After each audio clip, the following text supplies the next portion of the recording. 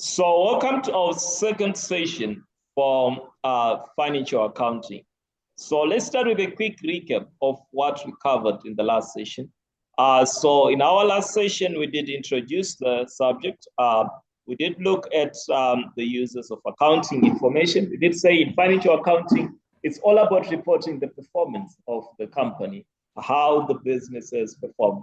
Why do we need to report that? Is because there are quite a number of people who are interested in using that information. And who are the users of the accounting information? We have the managers. We have the managers to use that information. We have the employees.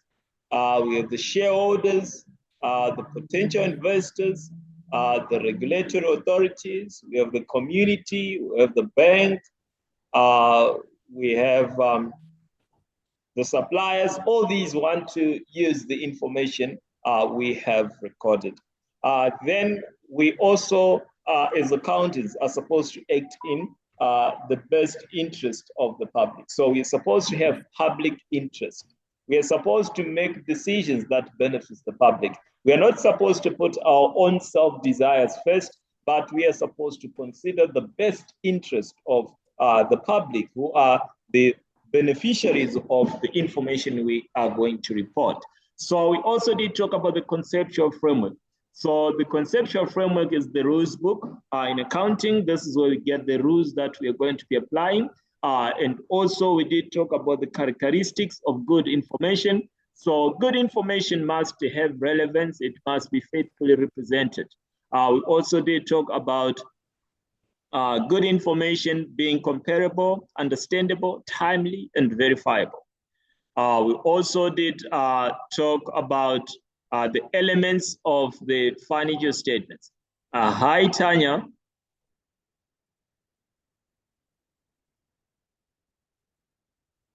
Hello, Tanya, can you hear me?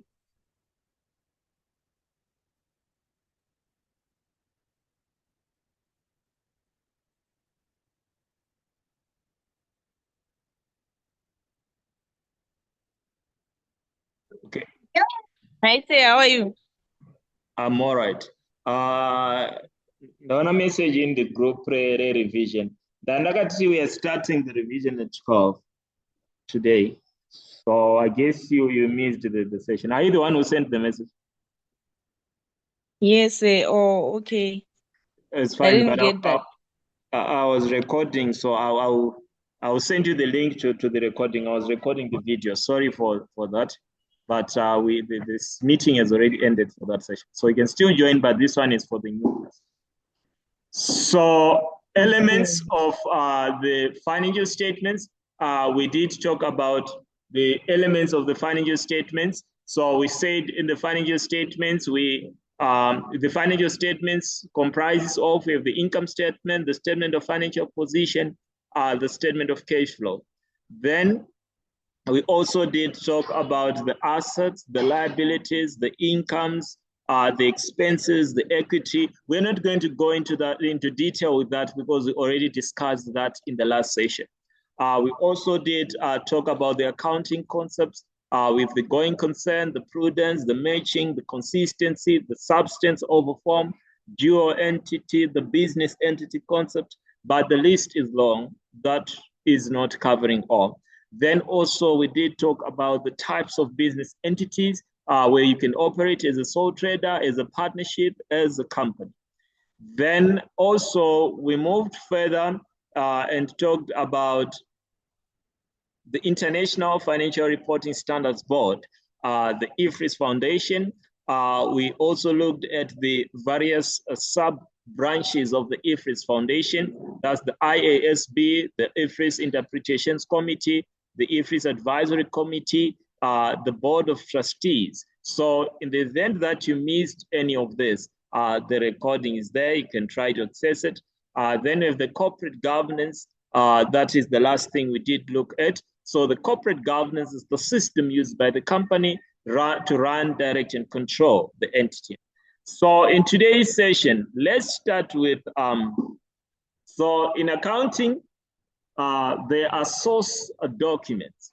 So they are source documents. Let's start with the source documents. So remember, the accounts, they must have good information. We said it must be verifiable. Oh, we said that good information must have verifiability. So verifiability, it means we should be able to trace the source. We should be able to trace the source. There must be a document to prove that indeed the transaction did took place. So there are various source documents we can look at. So the first source document we can talk about is, so on the source document, the first of the source documents, we can talk about the sales or purchase order. Let's say the sales order.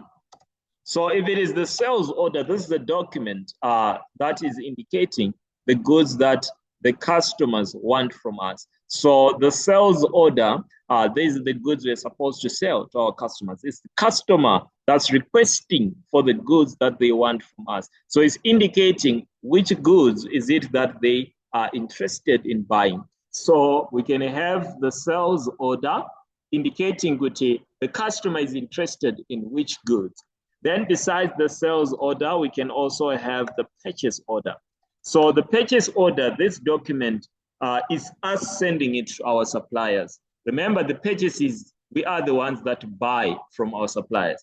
So the purchase order is showing us the goods we are interested in.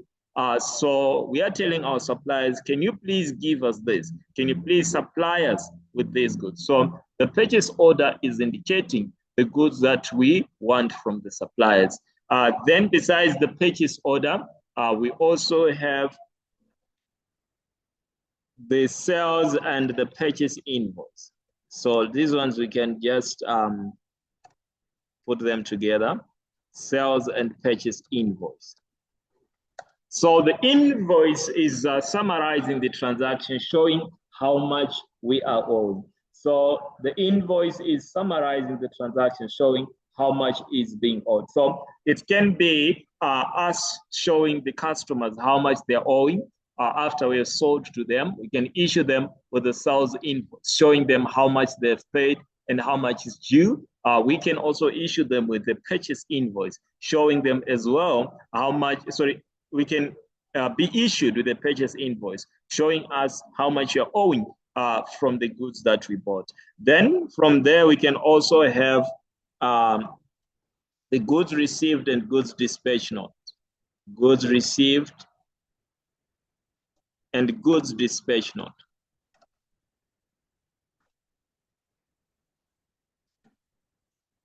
So we can have the GDN and GRN. So goods received notes, we can call it GRN, or then the goods received, the goods dispatch note, we can call it the GDN.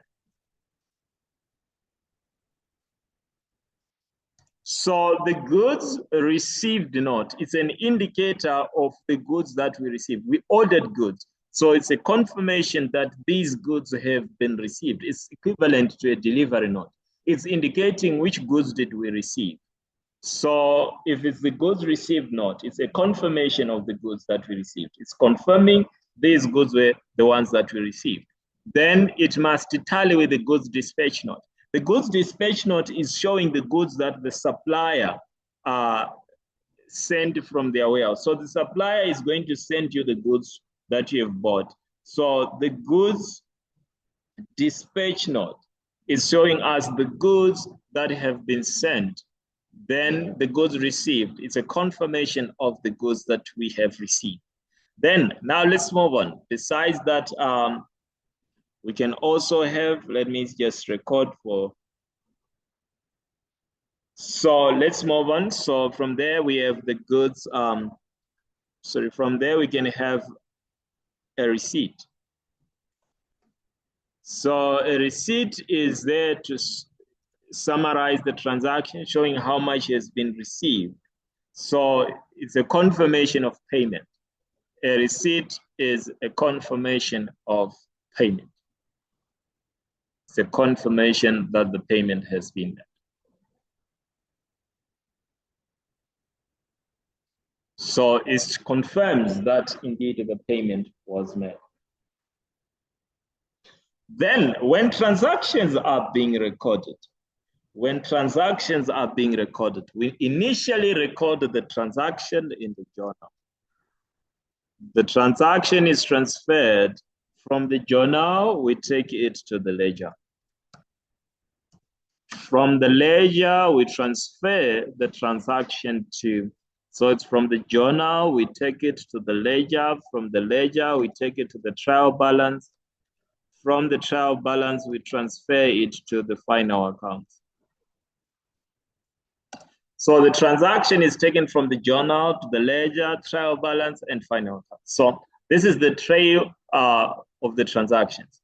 So let's start with the types of the journals that we have. So a transaction is recorded in the journal. So the journal is the book of prime entry. The journal, this is the book of prime entry.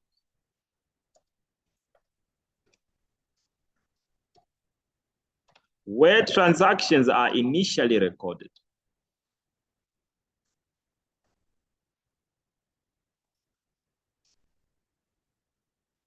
Are initially recorded.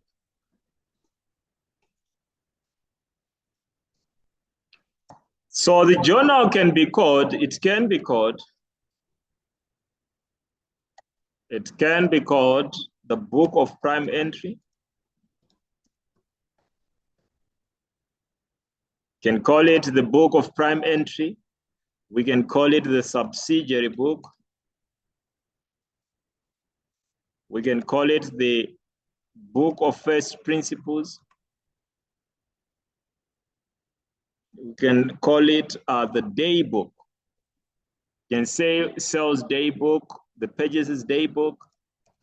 All these are pertaining to the journal.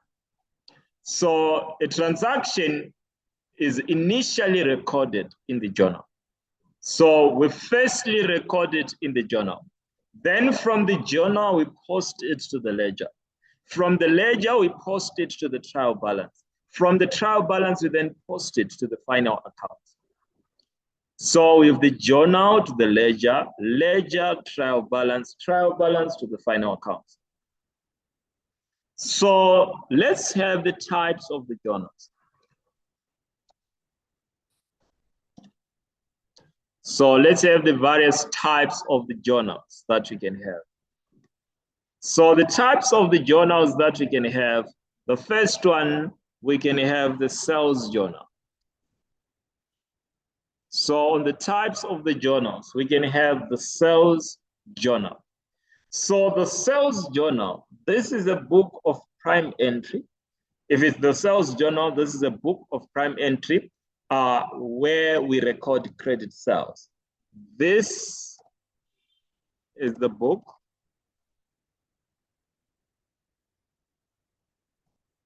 of prime entry which records credit sales.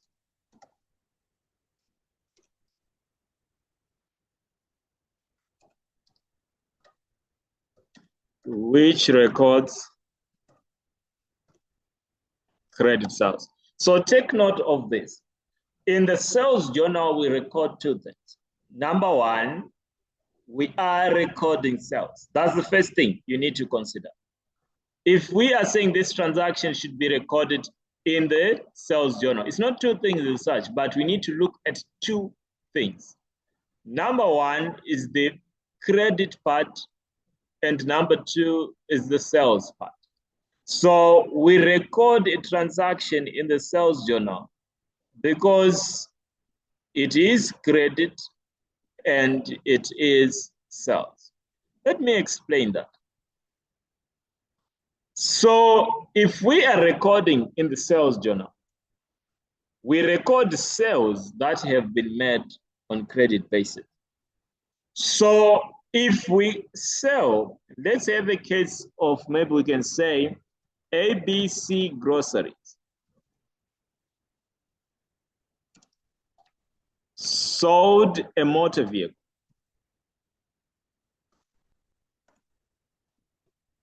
sold a motor vehicle for 2,000. This can't be regarded as sales. So we don't say something is part of sales because maybe let's add on and say on credit. So even though this one was done on credit, it's not part of sales. So even though it was done on credit, it's not part of sales. So what makes it sales? It's not simply because it has been done on credit and there's the word sales. So yes, there's the word sales and it's done on credit, but if you are a business that is dealing with groceries, if you're a grocery shop and you are to sell a motor vehicle is not regarded as part of your sales, because if we are looking at sales, this should be something that you trade with on your ordinary course of business. What you record as sales, it should be something that you deal with on a regular basis. So sales must be your ordinary course of business. So if we are to sell, let's say ABC Limited sold, if they sell milk, that one would be part of sales. If they sell cooking oil, that would be part of sales. But selling vehicles, it's not what a grocery shop does. So for you to say these are sales, it must be you have sold something that you deal with on a regular basis. If it was a car sale, would say this is their sales. But for a grocery shop, motor vehicles are regarded as assets. These are fixed assets. And if you sell fixed assets, it's not part of sales. So the part I'm explaining is the sales part, that you don't just consider the word sold. Consider what is it that we sold. Is it something that, is it our nature of business? If it is our nature of business selling cars, then if you sell a car, it sells. If it's our nature of business to sell buildings, if we sell a building, then it sells. But if it's not if we are not in the business of selling buildings or cars, then those can be our fixed assets. So again, we can have a transaction where something has been sold but not on credit. So we classify as sales, or we enter in the sales journal, provided that these are sales and they have been made on credit. Then let's move on. Besides the sales journal, the other book of prime entry is the purchases journal. The other book of prime entry is the purchases journal. So for the purchases journal, this book of prime entry is used to record credit purchases. This book is used to record credit purchases.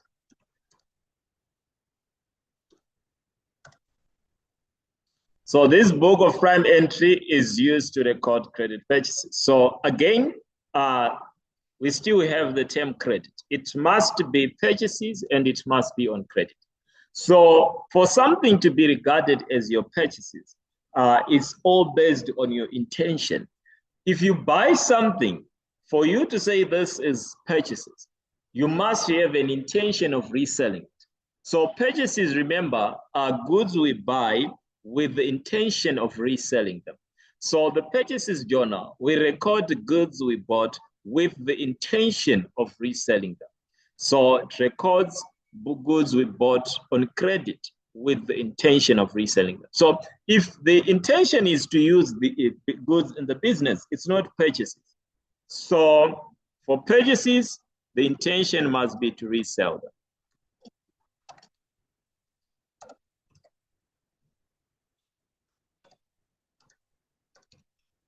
So if you buy something to use in the business, it doesn't simply qualify to be purchases because you bought it, but what is the intention? Then, besides the purchases and the sales journal, we have the sales returns journal.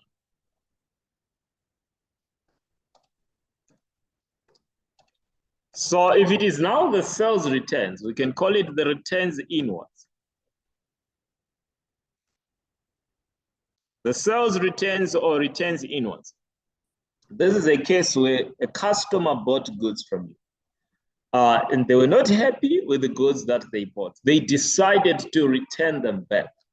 So the sales returns is used to record the goods that were returned back to us by our credit customers. Sorry, yes, these are goods returned back to us by our credit customers. So used to record goods returned.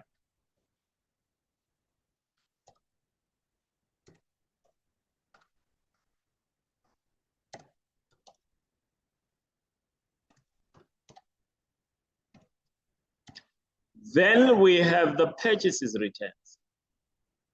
The purchases returns is us returning the goods to our suppliers. It can be called returns outwards. So the purchases returns journal, we are recording the returns outwards. We are returning the goods going out of the business. So used to record goods returned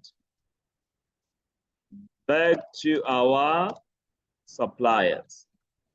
So we buy something, we decide to return it back to our suppliers. That's the purchases returns. Used to record the goods returned back to our suppliers. Used to record the goods returned back to our suppliers.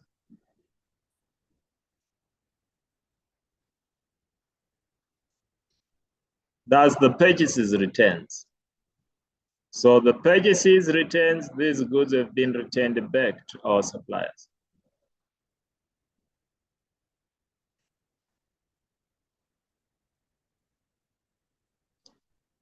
Then besides the purchases returns, we can also have, so if the sales returns journal, if the purchases returns journal, then we can also have what you call the cash book. If you notice, the above transactions, we're talking about credit, credit, credit. So the cash book, this is the book of prime entry, where we record cash transactions. It could be a cash receipt, it could be a cash payment. So this book is specifically for cash transactions. So the cash book is used to record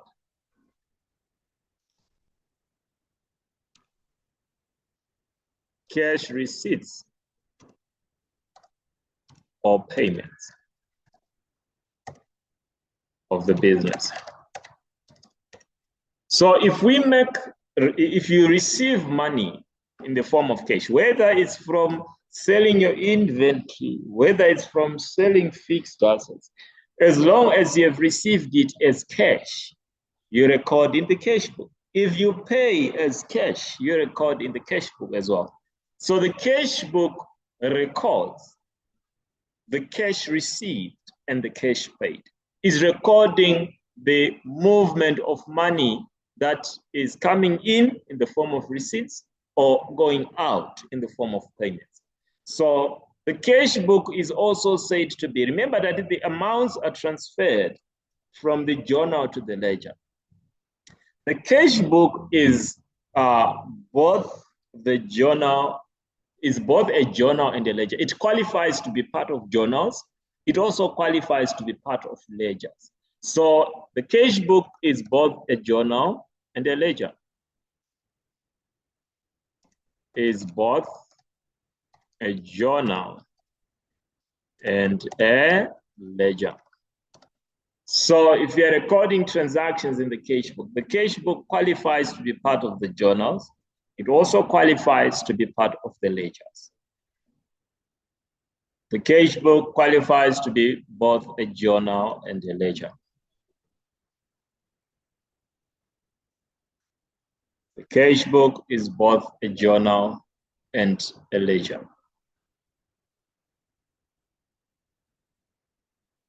Cash book is both a journal and a ledger. Let's move on. Then, if it's a large organization, we might maintain two types of cash books. So we can have the main cash book and we can have a petty cash book. So the petty cash book, this one is where we record small amounts. If it's the petty cash book, we record small receipts and payments. So in the petty cash book, we use this account to record receipts and payments of small amounts. So this is used to record receipts and payments of small amounts. So in the petty cash book, we record receipts and payments of small amounts. We record receipts and payments of small amounts.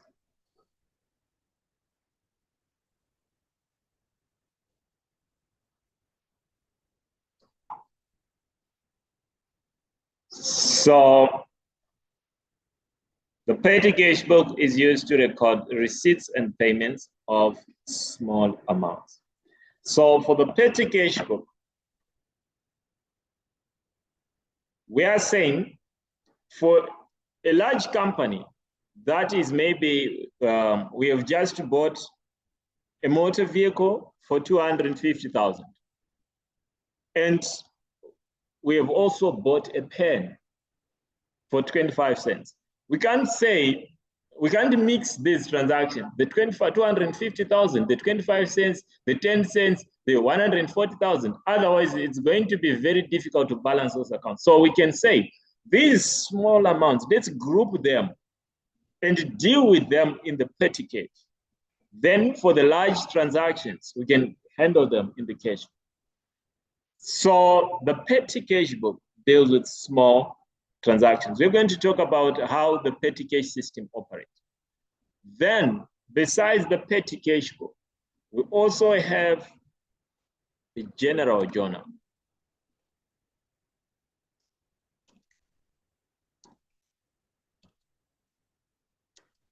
The general journal now, this records all transactions that fail to qualify.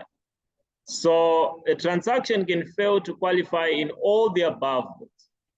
So it can fail to qualify in the purchases journal, sales journal, all the above books. It is then entered in the general journal. So it's a universal book of prime entry where we record transactions that fail to qualify in the above books. So this is a universal book of prime entry.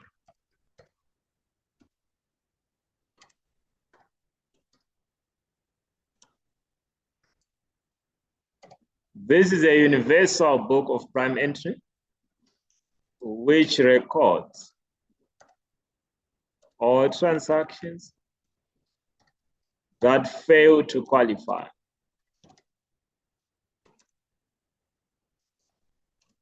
in all the other books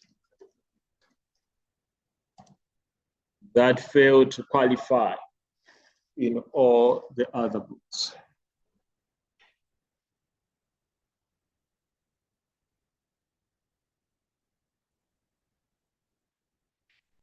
Transactions that fail to qualify in all the other books.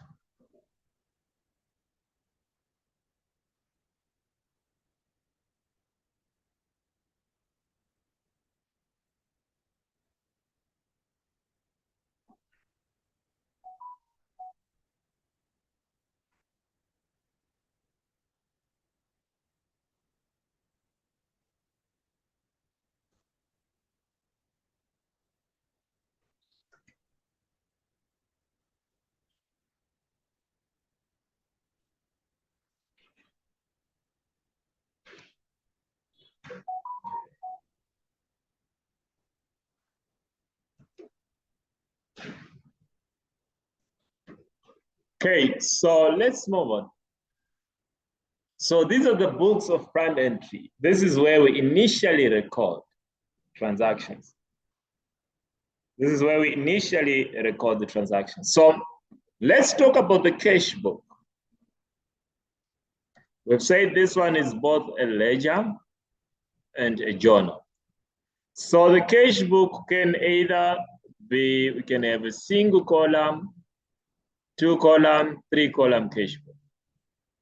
So in the cash book, what's very important is understanding that on one side of the cash book, we have receipts. On the other side, we have the payments.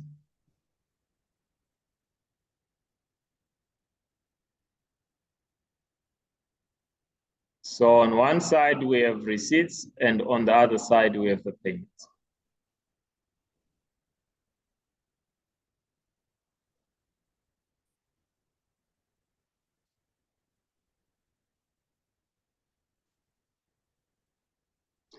So there's the cash book.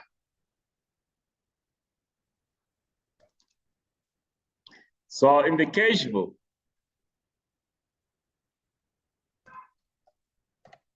what our amount? Our amount.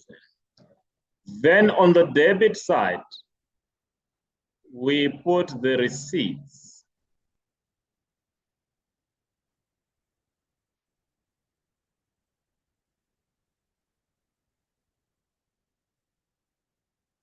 So on this side, you're going to put the receipts. You just consider how much did we receive, the debt and what we received. Then on the credit side, you put the payments. So on the credit side, you are putting what we paid, debt and the amount we paid. So we put the receipts and we record the payments.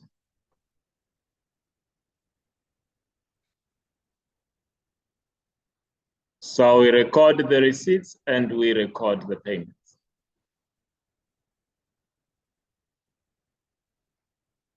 The cash book, we record the receipts and the payments. If we receive discounts, the discount allowed is us giving a discount to our customers. It reduces our receipts. So if we provide discount,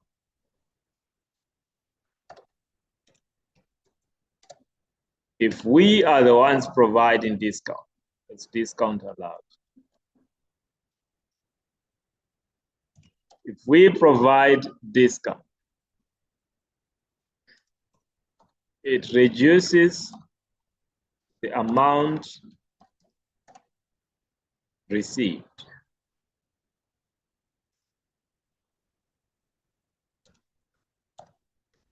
If we provide discount, it reduces the amount received.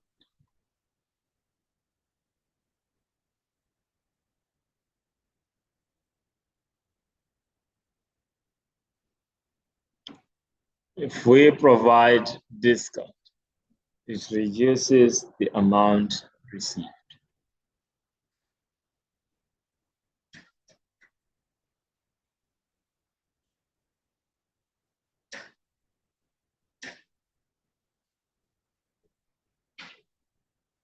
If we provide discount, it reduces the amount received.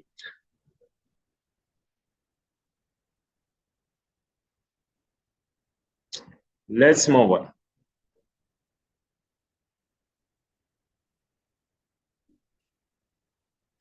Then discount allowed reduces the payments. Discount received. If we allowed a discount, it reduces the receipt, So discount allowed, we are giving those that are supposed to pay us a discount. So they give us less. But discount received reduces the payment.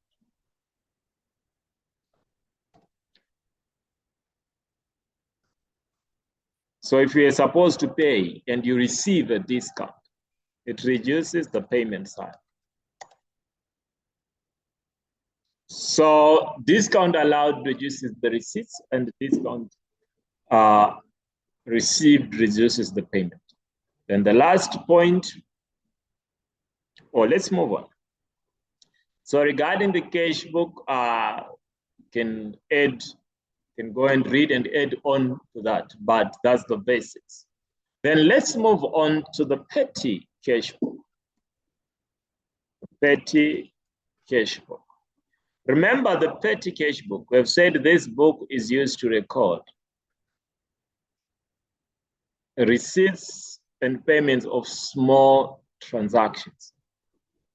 So if it is the petty cash book, it records receipts and payments of small amounts.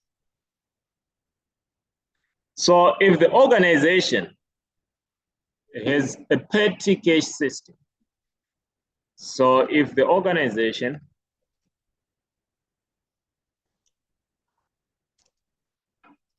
is maintaining a petty cash system,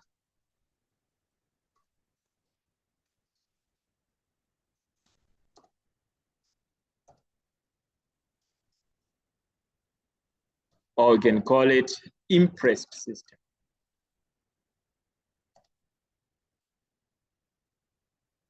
Is maintaining a petty cash or impressed system, the responsibility is given to the petty cashier. The responsibility is given to the petty cashier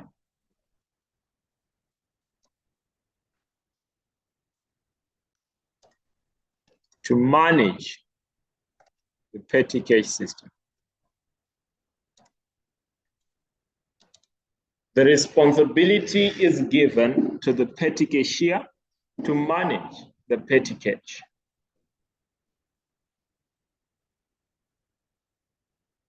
So it is the responsibility of the petty cashier to make the payments and to account for the receipts.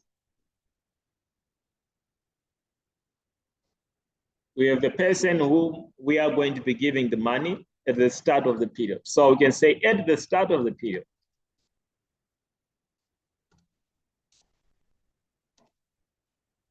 the petty cashier is given a float.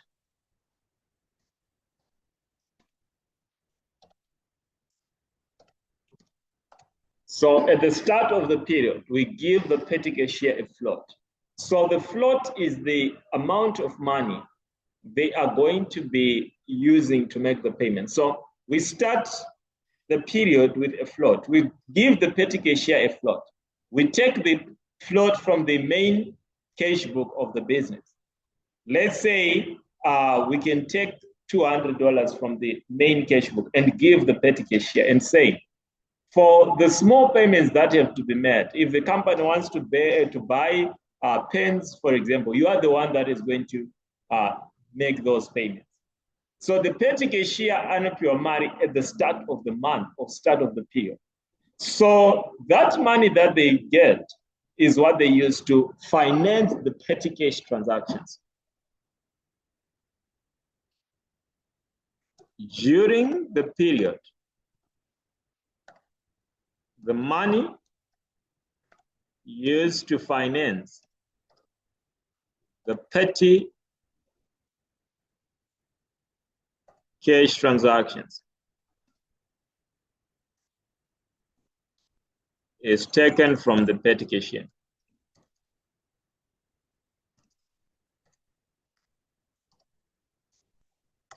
So the money used to finance the petty cash transaction is taken from the petty cashier. Where does the float come from? The float used to reimburse the petty cashier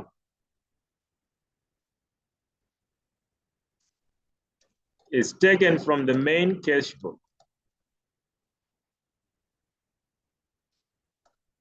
of the business. The float is taken from the main cash book of the business.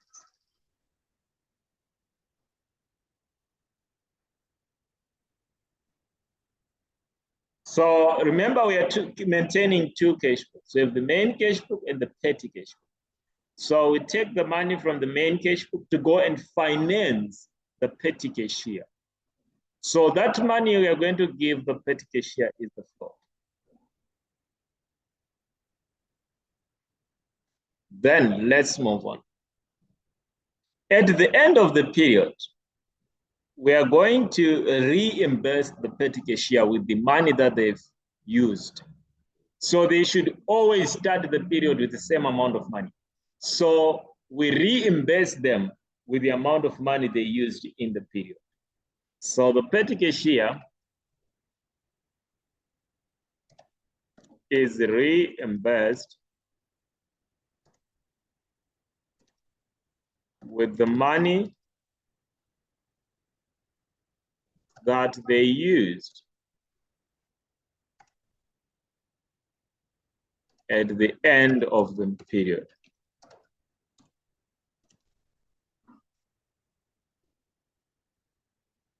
Okay, just a moment. I just have a minute to attend.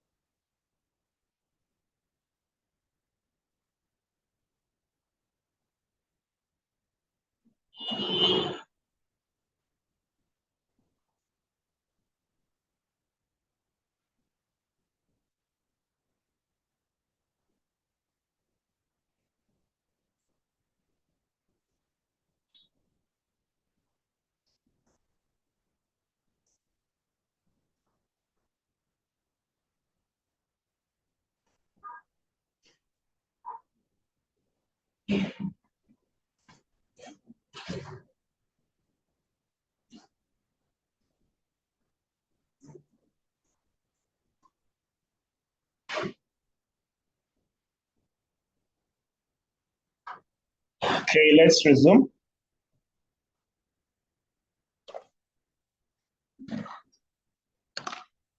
So I was saying the petty cashier is reimbursed with the money that they used at the end of the period. Now let's have an example to demonstrate this.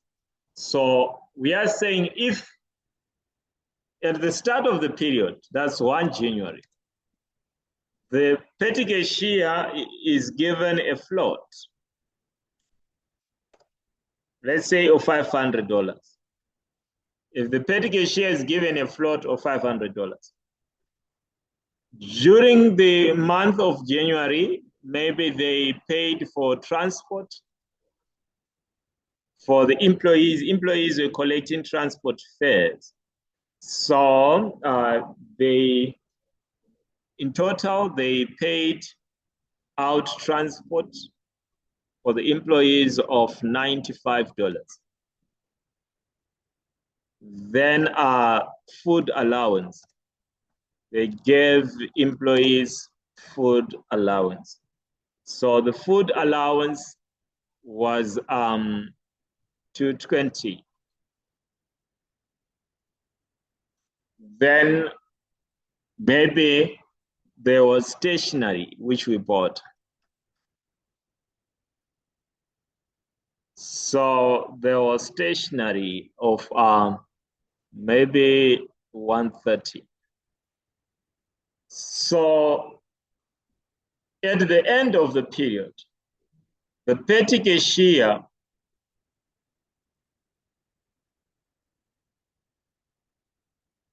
will be having, it's 500 as 9 minus 95 minus that minus that. So at the end of the period, the petty cashier will be having 55 in hand. So how much do we reimburse the petty cashier? So if we want to reimburse the petty cashier, we want to make sure when we start the next period, maybe if we are reimbursing them after every month, it means if we are now going to start for us to make sure we restore the interest system, we need to reimburse them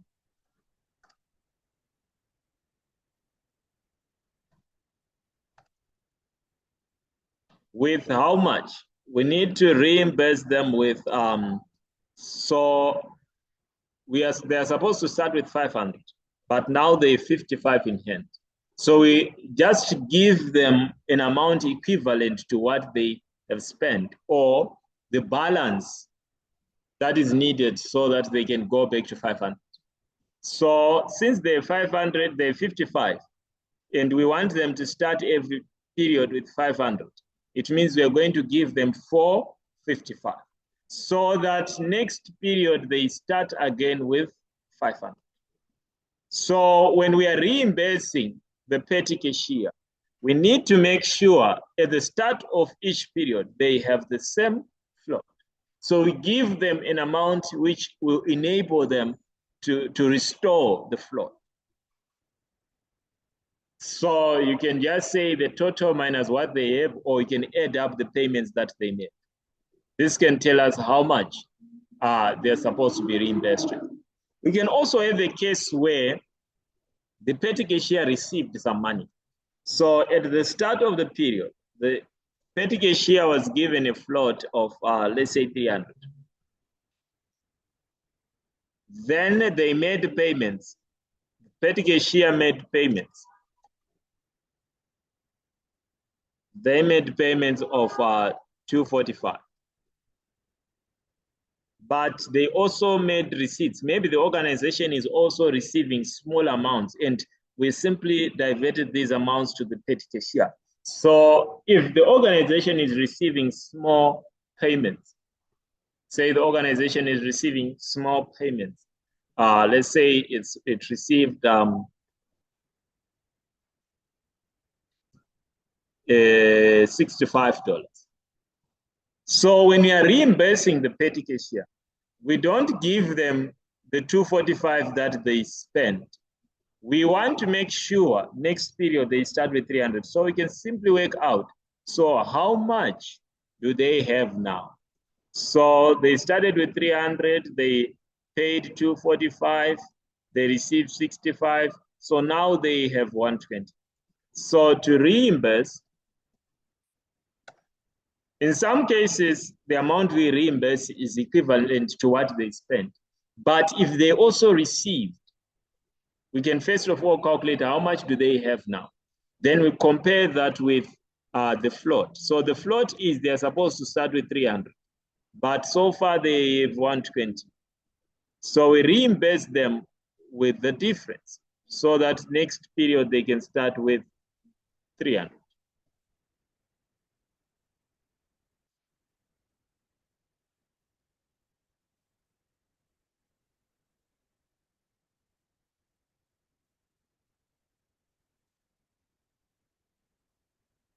So that is the impressed system. So this is called the impressed system, where we are operating a petty cash. That's the impressed system. We reimburse the petty cashier with the amount that they have used. And the amount that they start with is the float. So if they ask you what was the float, is the balance at the start of the period. So if you're looking for the float, is the balance they had at the start of the period. Now let's move on. Now let's move on. So besides the petty cash system, now let's introduce, I think we're done with the journals. Now let's introduce sales. Let's have a subheading, accounting, or let's just have, should we start with, yes, let's start with sales tax. Accounting for sales tax.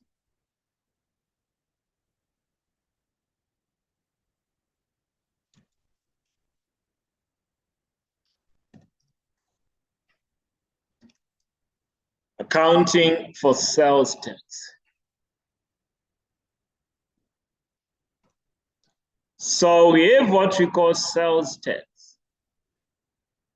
So the sales tax, this is the tax which is charged on consumption of taxable supplies.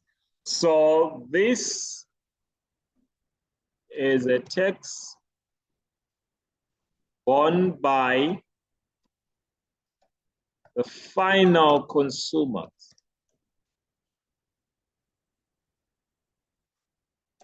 of a product.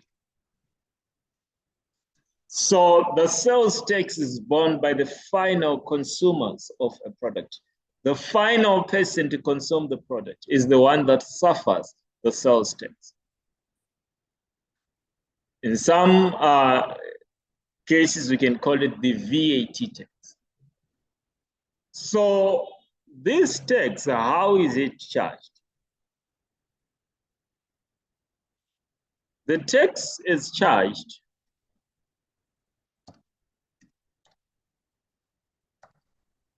by registered operators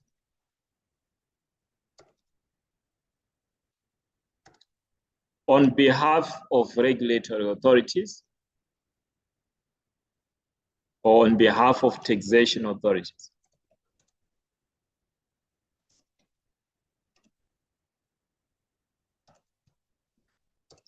So the tax is charged by registered operators on behalf of the taxation authorities.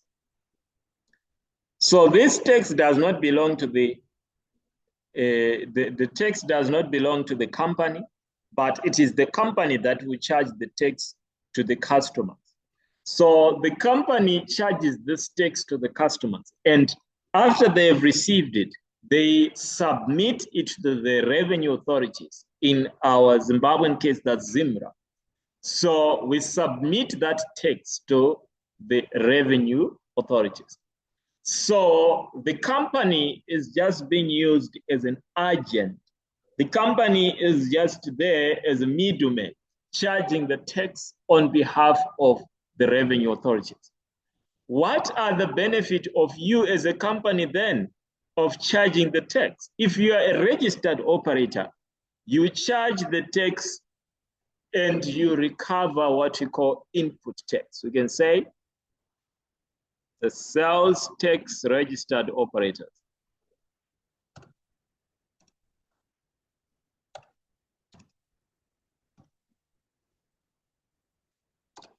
can recover input tax. The sales tax registered operators, they can recover the input tax. They suffer the output tax. Sorry, they can recover the input tax and they charge the output tax. So let me demonstrate this further. So let's have the channel of distribution here. So the goods start from, let's say, producer. The producer takes these goods to the wholesaler. The wholesaler takes these goods to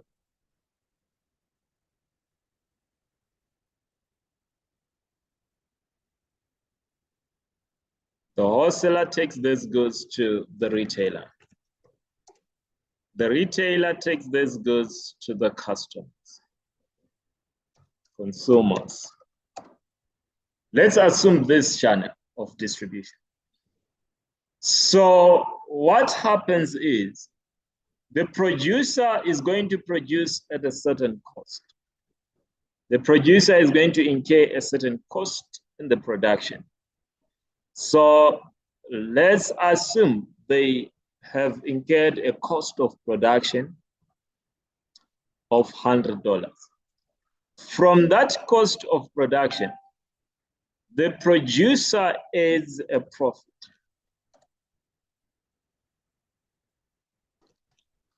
From the cost of production, the producer adds a profit. So the profit, let's assume the producer has added a profit of $10.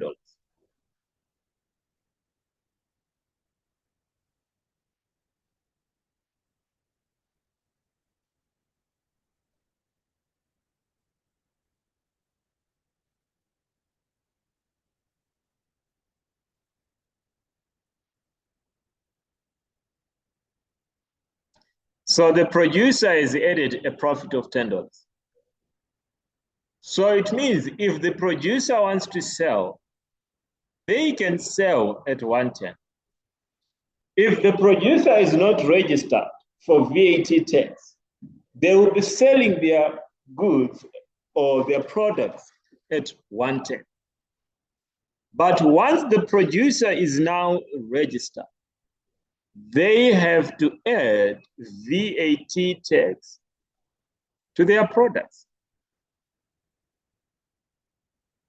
So let's assume the VAT tax, the sales tax, is at 15%. If the VAT tax is at 15%, it means that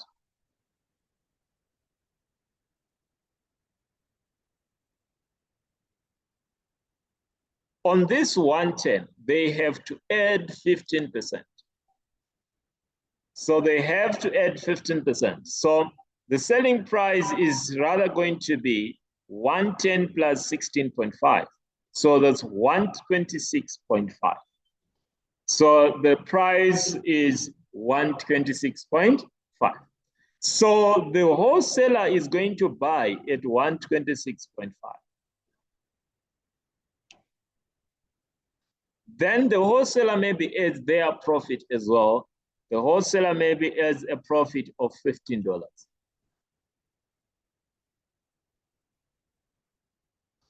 So this becomes 126.5 plus 50. That's 141. Then on this 141, then we add the 15% VAT tax.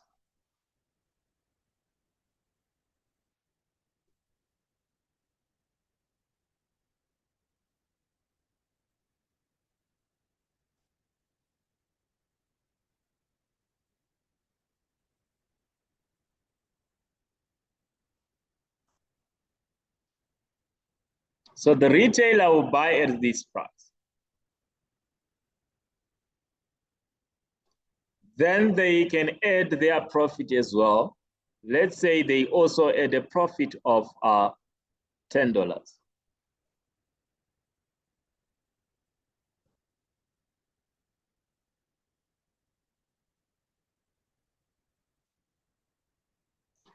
So if they are registered for VAT tax, they have to add the 15% VAT tax.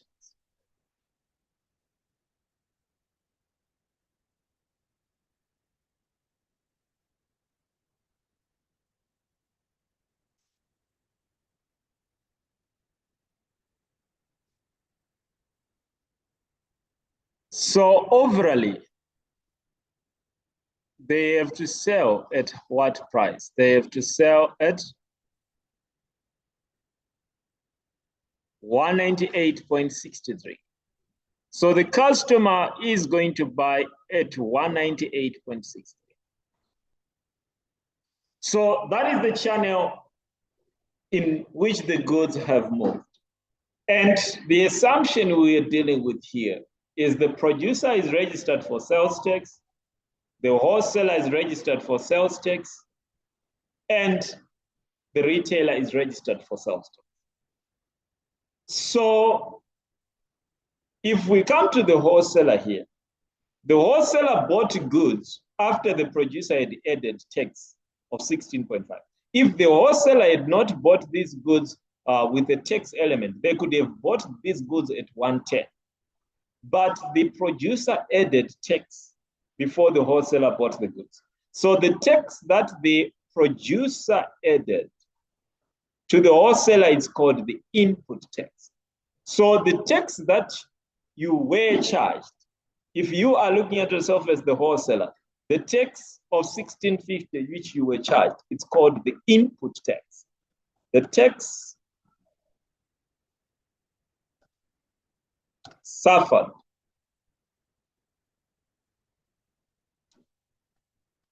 is called the input tax. So the tax which you suffered is the input tax. Then the tax charged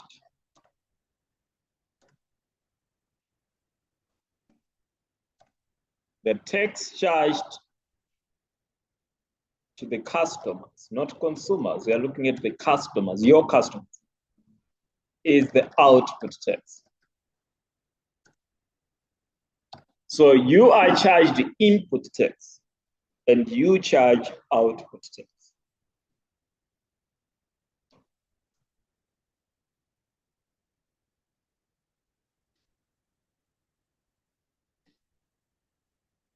Let's move on.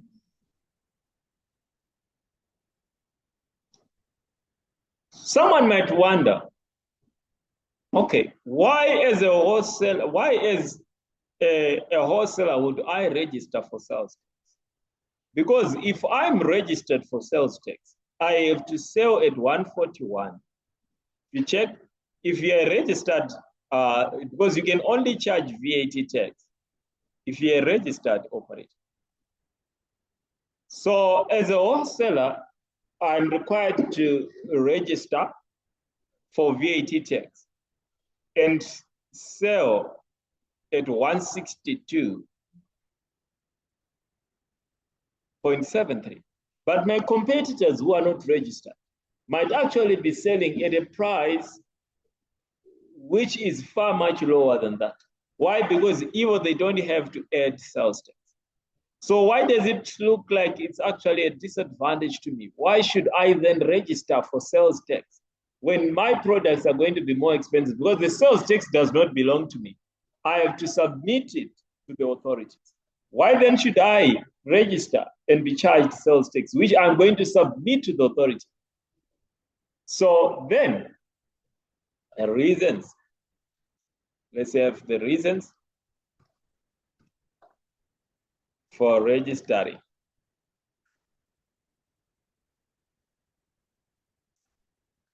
For sales tax. Why should I register for sales tax? Reasons why I should register for sales tax. So reasons for registering for sales tax.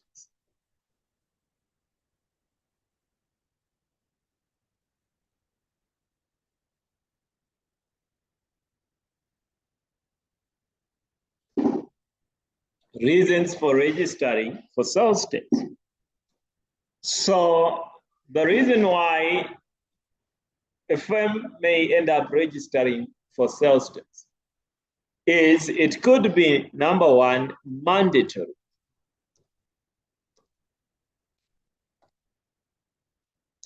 If your sales have reached a certain threshold, like 60,000 in a year, so if you're making sales of, it can differ based on location, but maybe my sales are above 60,000 in a year. If you're making sales of more than 60,000 a year, you are required to register for VAT tax. So that's mandatory registration. So you might be forced, because of the threshold of your sales, you might be forced to register for VAT tax. Then besides mandatory, also, besides it being mandatory, another reason why we register for VAT tax is only those that have been registered can recover input tax. If you are registered for sales tax, you can recover your input tax. So in order to recover, I'll explain that, to recover input tax. So those registered for sales tax, those online, just confirm, is my screen showing? Are we together? Are we moving together?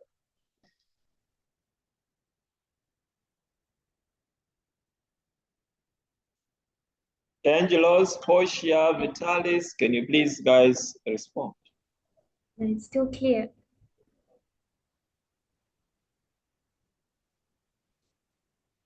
Okay, let's move on. It's still clear. Okay.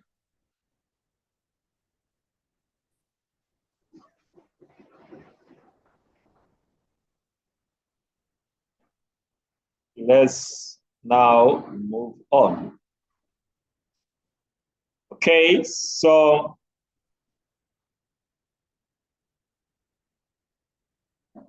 The reasons for registering for sales tax: it's mandatory or in order to recover input tax. In order to recover input tax. So let's talk about recovering of input tax. It's only those who are registered that can recover input tax. Let's talk about the recovery of input tax. So for you to be able to recover input tax, you have to be registered. So if we come to the wholesaler is supposed to submit $21.23 to the authorities. So looking at the wholesaler from our example above, the wholesaler has charged output tax. So looking at the wholesaler, there is an output tax of how much? Of $21.23. So that's the output tax from the point of, from the angle of the wholesaler. So the wholesaler has to charge 21.23 cents output tax. But when they bought these goods, the producer had charged them input tax. The producer had charged them input tax of how much? The producer had charged them input tax of $16.50.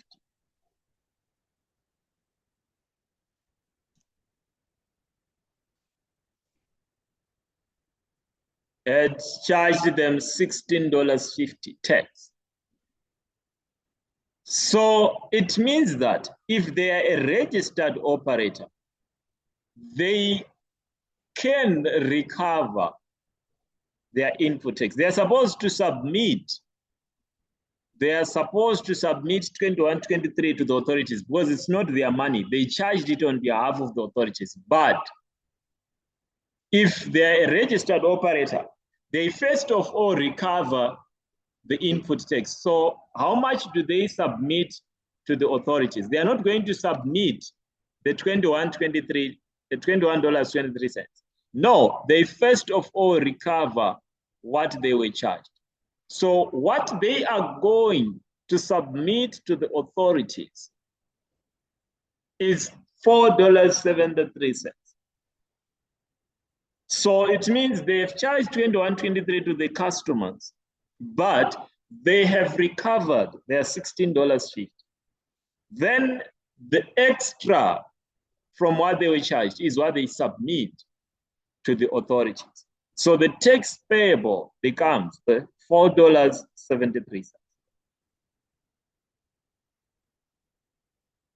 Are we together? Any questions? Okay, let's move.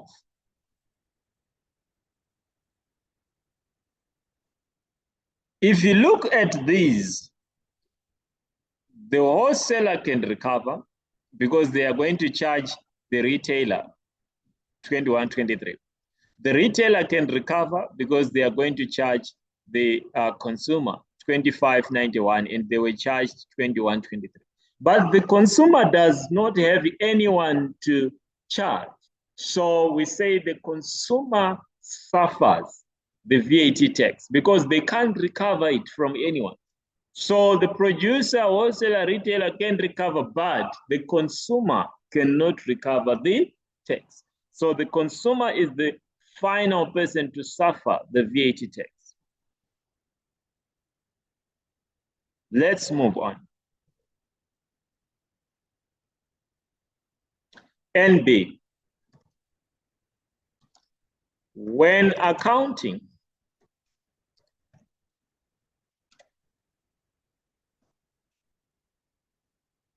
for the transactions of the business, a sales tax registered operator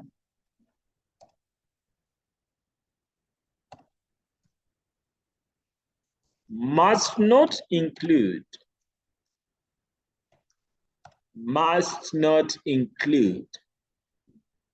sales tax in their books.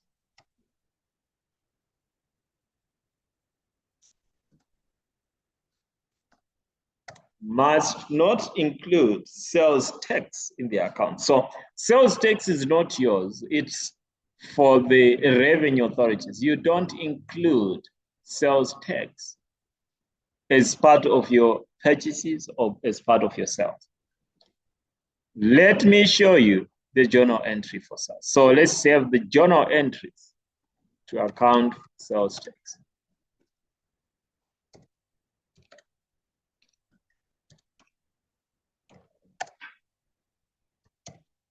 Journal entries to account for sales tax.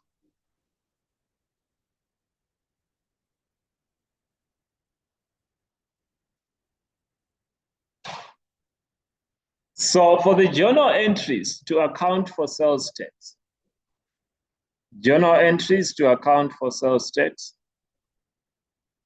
let's start with sold goods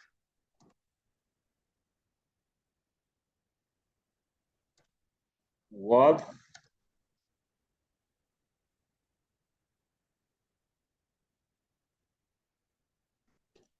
$15,000 exclusive of sales tax at 15%.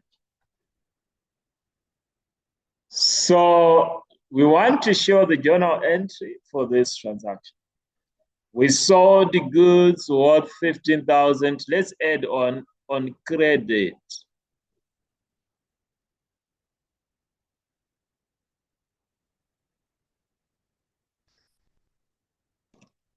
So we made sales on credit, and the goods are worth 15,000, and it's excluding sales tax. So the journal entry we record with debit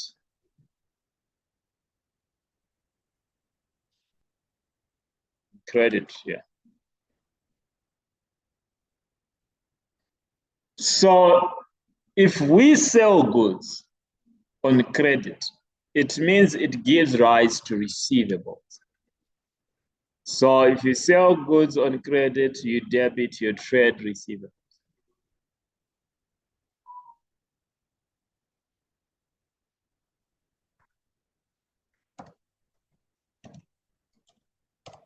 We debit the trade receivables. So if you sell goods on credit, you debit the trade receivables. Then you credit the sales. This is the normal double entry. But if there is sales tax, the sales tax is recorded together with on the same side as sales. So the same side where we record the sales, this is where we record the sales tax.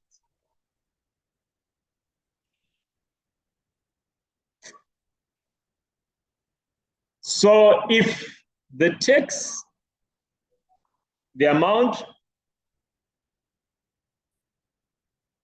if the amount is excluding tax, is this one, exclusive.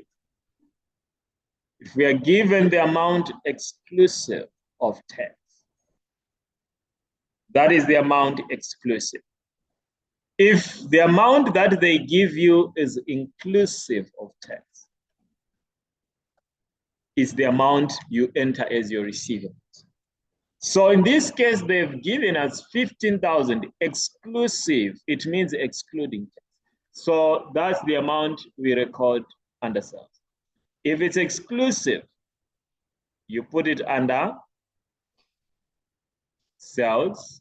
If the amount was inclusive, it means the 15,000 would be received. I will do an example with inclusive.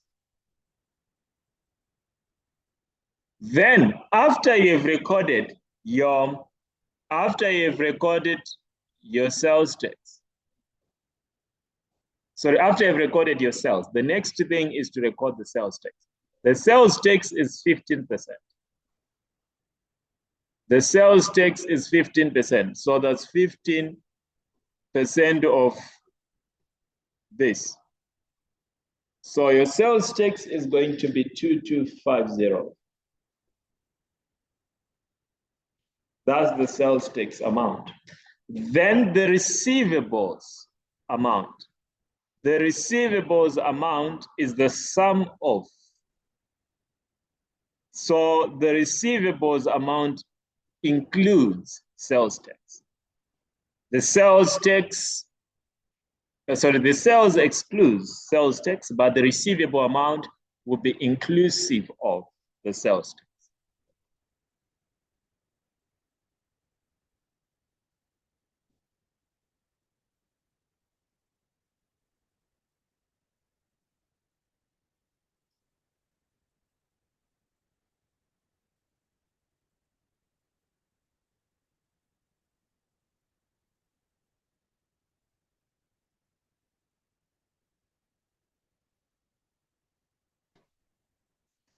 Okay, let's have another one. Sold goods.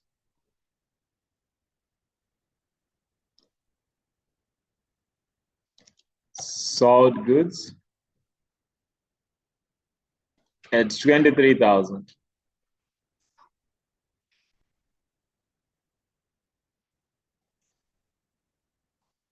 Inclusive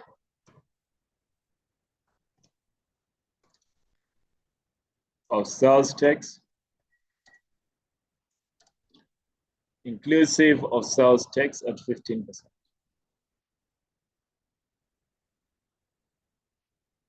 In terms of the double entry is still the same. We're just going to remove the amounts there. So let me copy this.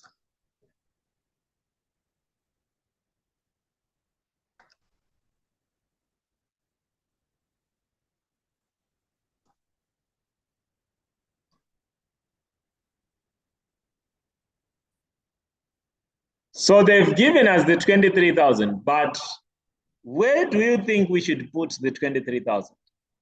Under sales or under receivables? Where should we put the 23,000?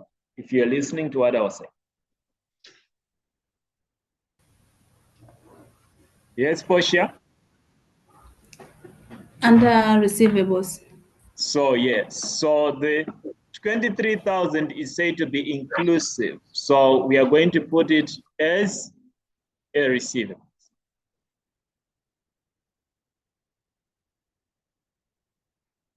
Then what, after I've recorded that under receivables, then you calculate the sales tax.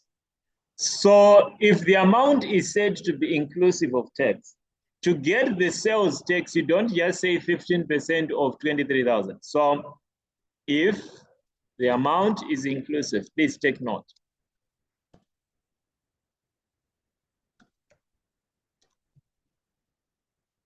So if it's inclusive of tax, how do you get the tax? You say, if it's 15%, you say 15 over 150 times the amount. If the amount was 20%, if the tax was 20%, you'd say 20 over 120 times the amount. If the amount was 40%, 40 over 140 times. So if you want the sales tax, if after you've been given an amount which is inclusive, you say 15 over, then you add 100 to that 15, which is 15 over 115 times the amount inclusive. So this will give us that the sales tax is 3,000.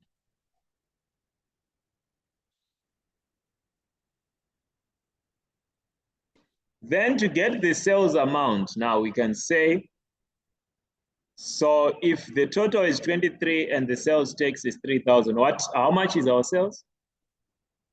20,000. So just to prove that indeed, if you say 15% of 20, does it give you 3?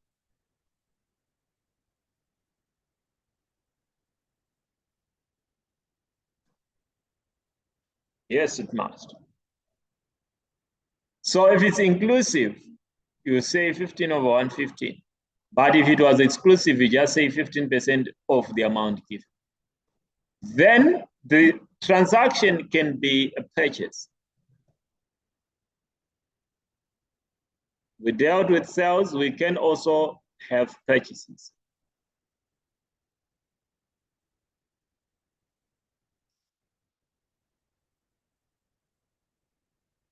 We may also deal with purchases. So for purchases, we can say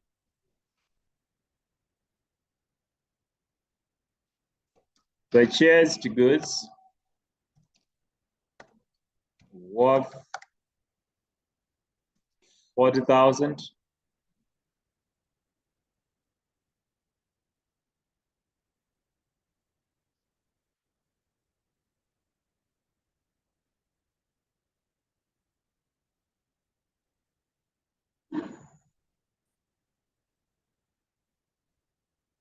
On credit, the sales tax is 17.5%.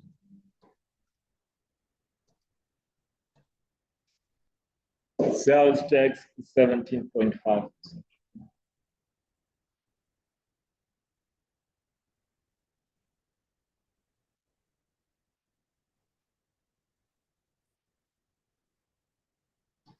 So to record this now,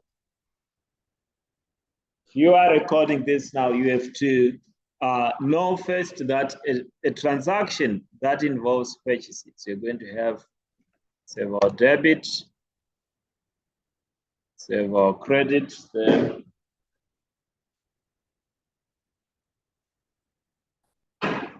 just a moment.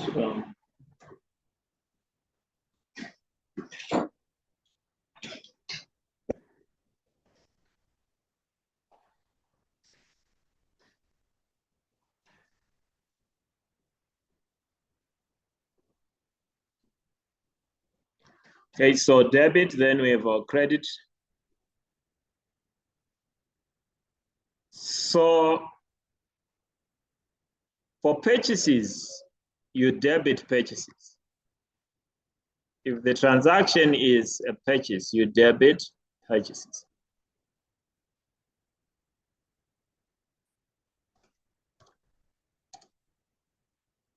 And for purchases, you debit as well sales tax. You don't credit sales tax.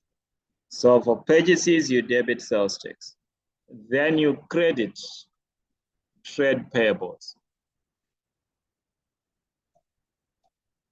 You credit trade payables.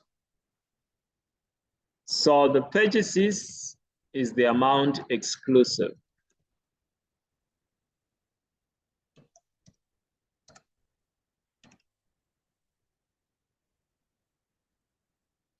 This one is inclusive.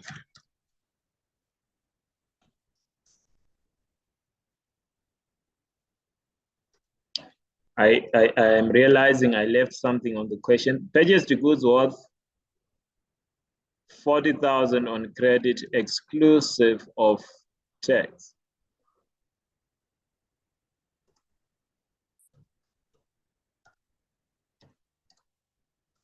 Or they can say net of tax. If it's net of, it's excluding tax.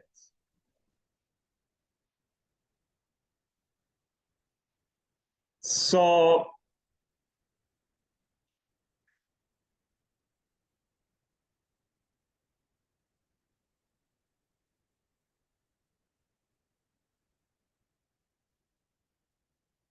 where should we put the 40,000?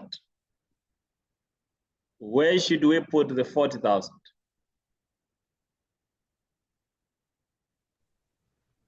On purchases. The 40,000 should be on purchases, yes, because the question is saying it's exclusive Excluding tax. of tax.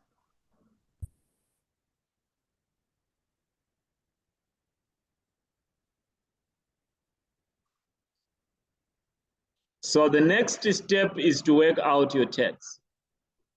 If it's exclusive, tax is very easy. You just take the amount, multiply with the tax rate.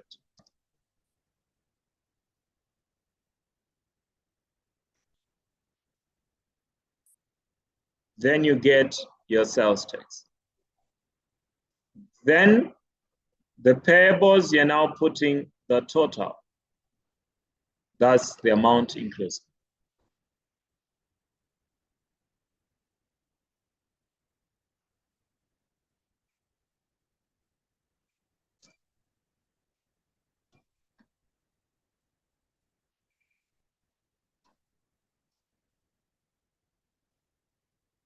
Let's move on to the last case. You can say purchased goods. This time now we're using inclusive. Purchased goods. Please go and practice this. Purchased goods worth 52.87.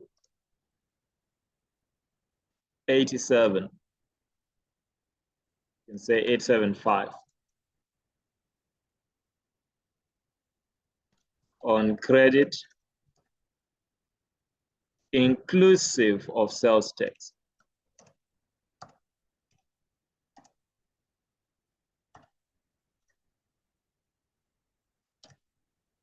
At 17.5. So we bought the goods inclusive of sales tax at 17.5. We copy this part, is the same.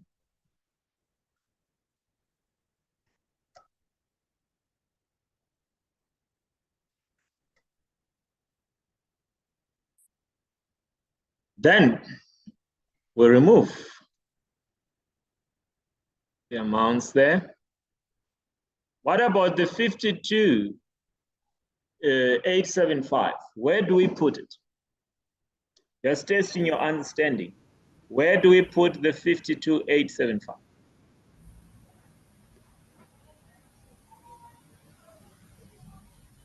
Under payables.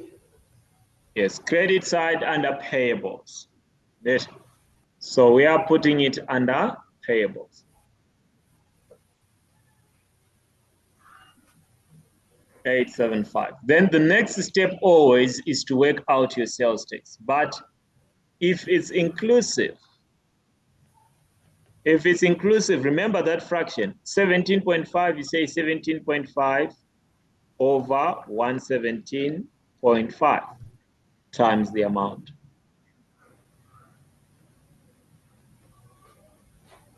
That is if it's inclusive. So if it's inclusive, 17.5 over 117.5 times 52.875. Then for the purchases, it becomes the balancing figure. So this would be including both. So we remove the sales tax, meaning the purchases would be 45,000.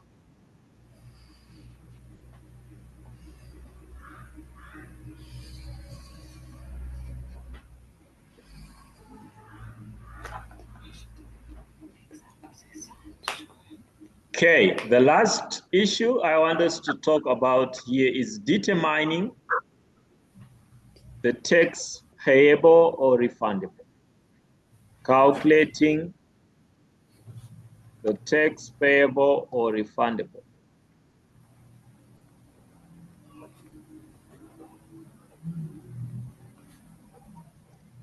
Using the tax control account.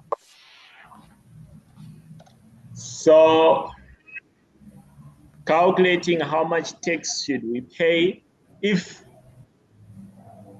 the tax that we were charged is actually higher than what we have charged. We can get a refund.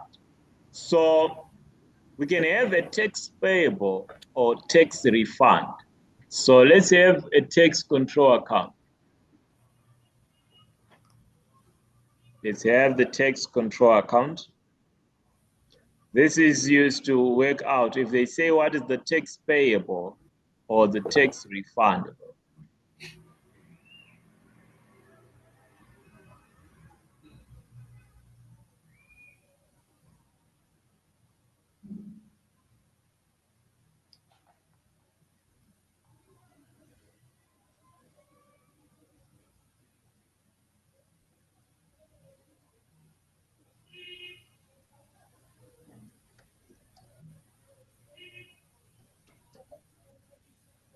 So if we started the period owing the tax authorities, if at the start of the period we were owing the authorities, we would put this as a balance BD. So balance BD on the credit side, it means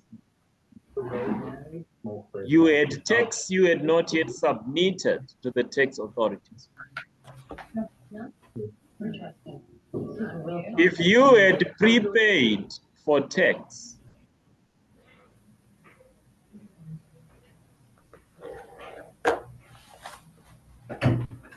if you had made a prepayment for tax, prepaid,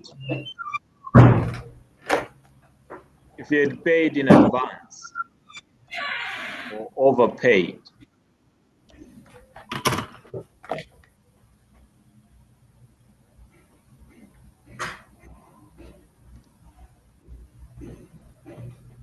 if you had paid in advance or overpaid, that's where we put the balance. Then we have the bank.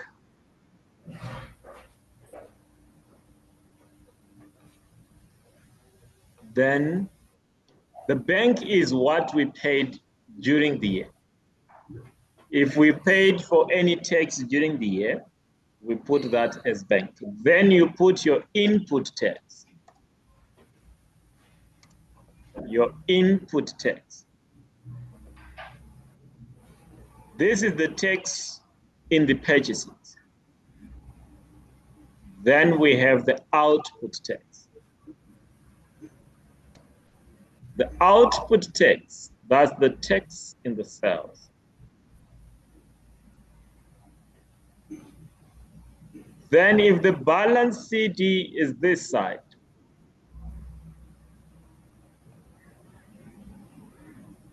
is the tax payable.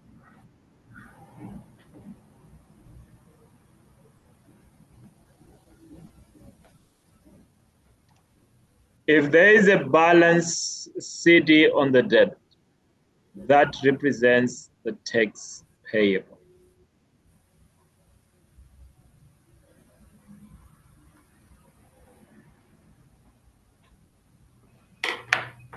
If the balance CD is this side, it represents the tax refundable.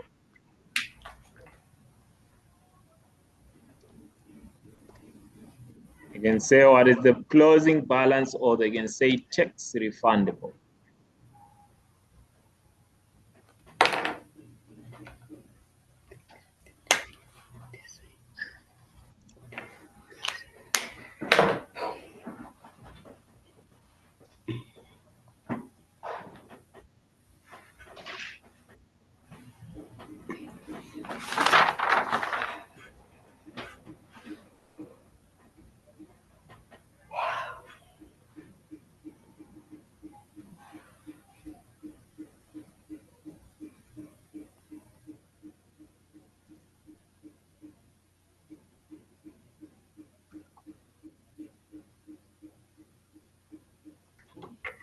So let's have an example. ABC Limited has the following information for the period. At the start of the period,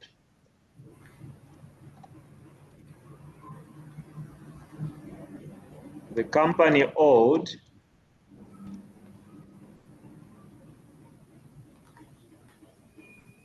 $234 to the tax authorities.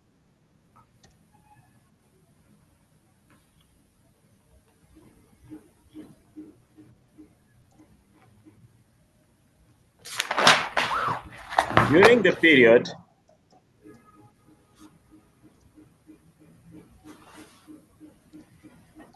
they purchased goods worth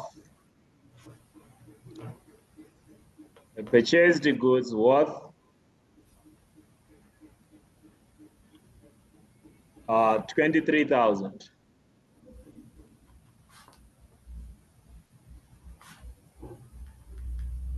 Inclusive of tax.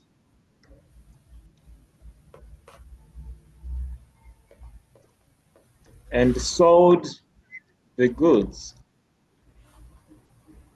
at 30,000 exclusive of tax. Exclusive of tax.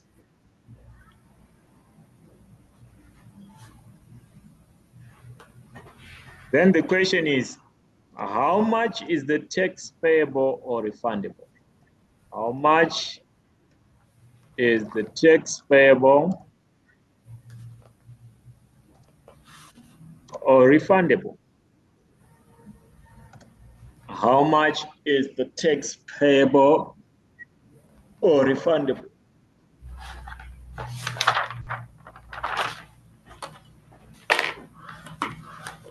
So to work out the tax payable or refundable, you can use the T account I have given you here. Let's copy it and show that it can work. So we're going to substitute what we are given. We are told at the start of the period, what's happening? At the start of the period, ABC Limited is owing the authorities. So it means the balance that we have at the start is a balance on the credit, 234. We are owing the authorities. If it was a prepayment, we would put on the debit. Or if we had bought a prepayment and then owing, we would debit a prepayment. If we paid anything during this year, this period, we are not told, so we don't have the bank. If it was there, we would put it under the bank. Then the next thing we are told, we made purchases. So if we bought, please pay attention to this part. If we bought, that's where we get input tax. So we bought goods for 23,000, or I did not add something there on the question. So let's add the tax rate.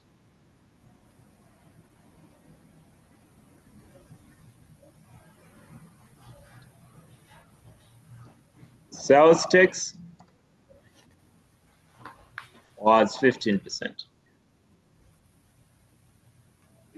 Sales tax was 15%. So to calculate the input tax, to work out the input tax, we are going to say, to calculate the input tax, we are going to say, if the purchases are inclusive, remember, if you are given an amount inclusive, calculating the tax, if it's inclusive, 15%, we say 15 over 115 times the amount. So it's 15 over 115 times 23,000. Then we get our input tax. So input tax is on the purchases. And if the amount is inclusive, I showed you how you work out the inclusive. If the tax, if the amount is inclusive, it's 15 over 150 times the amount. Then we come to the output tax. Output tax is the tax in the sales. So we made sales of 30,000, and these ones were exclusive of tax. So exclusive is easy, just say 30,000 times 15%.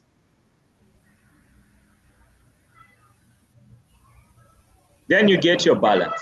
So the balance is either on the debit or credit. So in this case, the credit is bigger.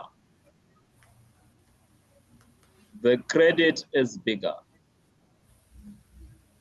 So it means the balance is on the debit side. And the balance is the tax payable. So the balance is the tax payable.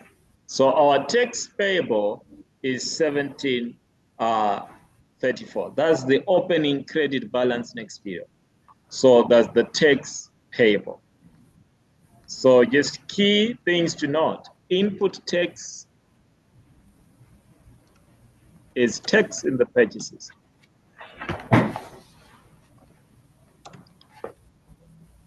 Output text is text in the sales.